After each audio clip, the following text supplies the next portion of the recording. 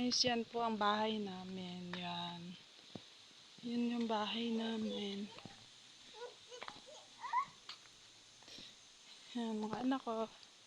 Kyle tsaka si Jaja. Yan yung kusina. Yun, butas-butas na yung mga dingding. Ito yung kusina kung saan kami nagsasaing dyan sa loob. Yan. Yan. Tapos, dito, makikita nyo yung bahay namin. Yun yung kusina namin. Puno na ng mga haligi. Kahit kung saan-saan kasi parang matutumba na siya eh.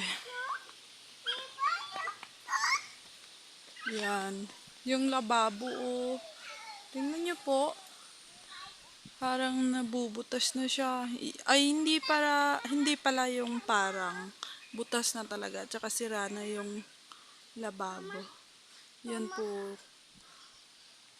Kawawa yung bahay namin.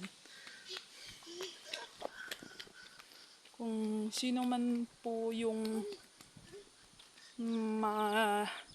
may puso o yung kumbaga yung sobra-sobra na yung kita, sobra-sobra na yung pera niya. Sana bigyan niyo po kami ng konting halaga para pambili ng yero. Butas na po yung yero namin. Tapos yung haligi namin, parang matutumba na.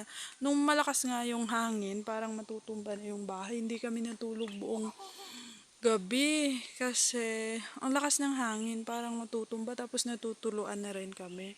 Yan po. Pasok po tayo.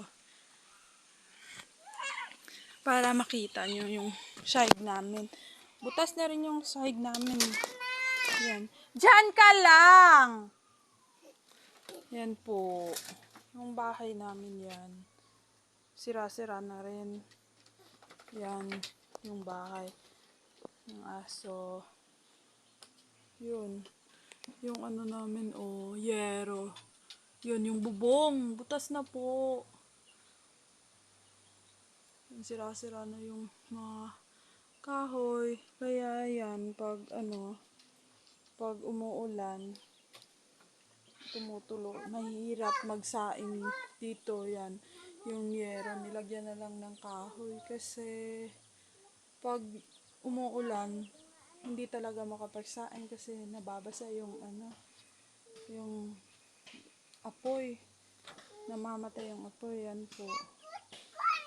Sana po, manawagan po ako kay Senator Rapi Tulfo. Sana po marinig niyo po at makita yung video po namin. Sana mabigyan niyo po kami ng kahit kunting tulong po para makabili ng para dito sa bubong po.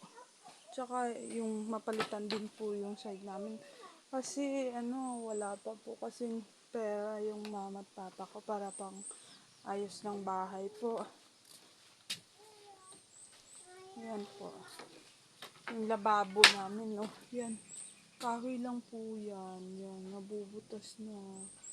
Sira-sira na yung, yung kawayan. Kawayan ng pong dingding. Wala pa po kasing trabaho. Naghahanap po ako ng trabaho. Nag-a-apply. Hindi pa po kasi natanggap. Yun. Tapos panggatas pa ng mga anak ko.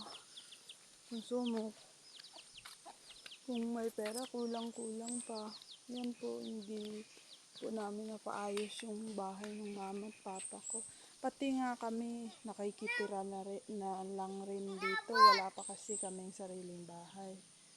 Yan po.